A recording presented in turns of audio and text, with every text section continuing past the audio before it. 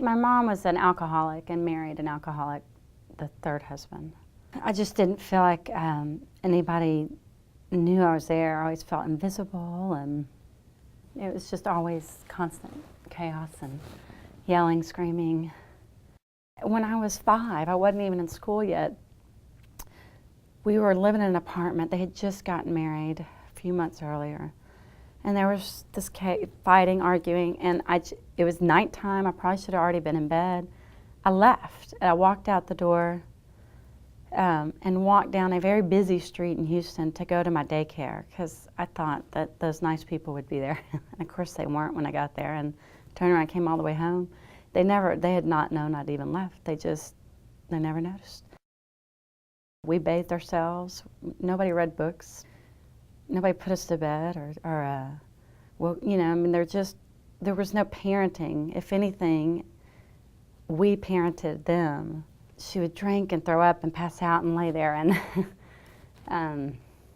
that was our home life. And then her husband would go to work and come home, and he'd usually get home very late, and he'd be very drunk, and if we were lucky, he would just let us sleep, and then he'd go off the next day back to work.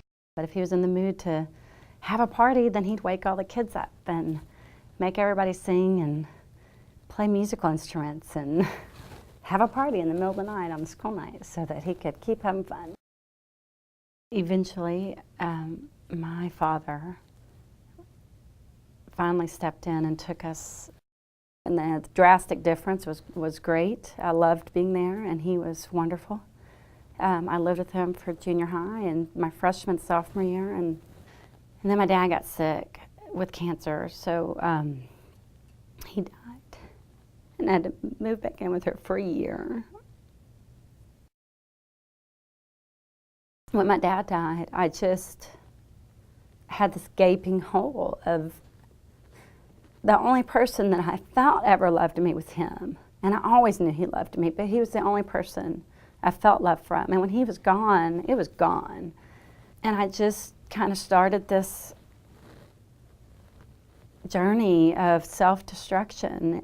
I did drugs, I hung out with the wrong people, I just didn't care. And I dated people who I thought would love me and who I could fix, and inevitably I would get myself into relationships that were worse and terrible and abusive, and then I got married, and I married a person that had his own baggage.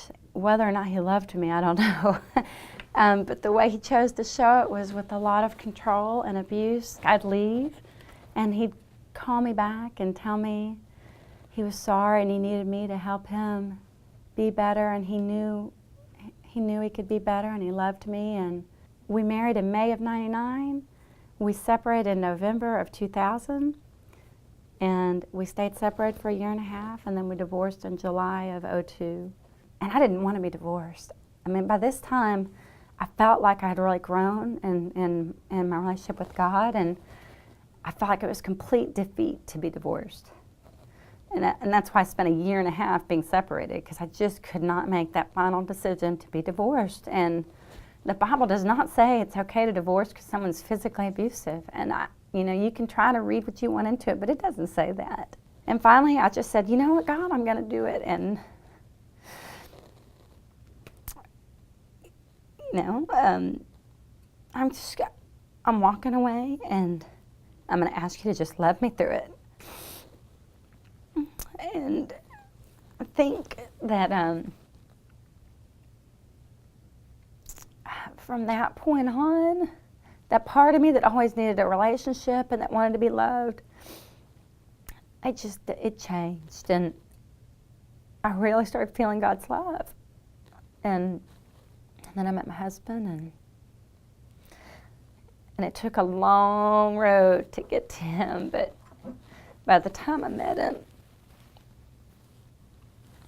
I think I was ready to fully appreciate him. So I had my son, and then 18 months later I had my daughter, and I felt an immense amount of pressure to get it right and to not screw it up and to not do what she had done to us. And I'm not a patient person at all. So having 2 young children and not being a patient person and trying to do it right but not knowing what right meant was really hard for me. But after my kids were born, I went through a very dark depression and just new revelations about, I think about the power of love and how powerful a parent's love in particular will make or break people. But I also have learned that when we learn to feel that with God, it makes you stronger. As a child, I did not feel like God was with me. I knew He existed, but I felt like He wasn't with me. He had forsaken me. And I think I finally just realized that He hadn't. And that I just didn't know how to reach out to Him. I feel convinced that I know my worth. If in nobody else, I know my worth with God. I do like me. And I love my husband.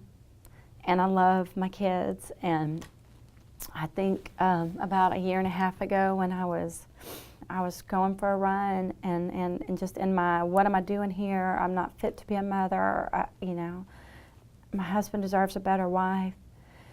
I just heard God yell at me, you know what? You prayed and prayed to be delivered, and I've delivered you. Now you need to accept it. And that was the hardest thing, is that, yeah, my life's real good now. And I'm learning how to accept it and take it now. My name's Holly. I am a survivor, and I have a voice.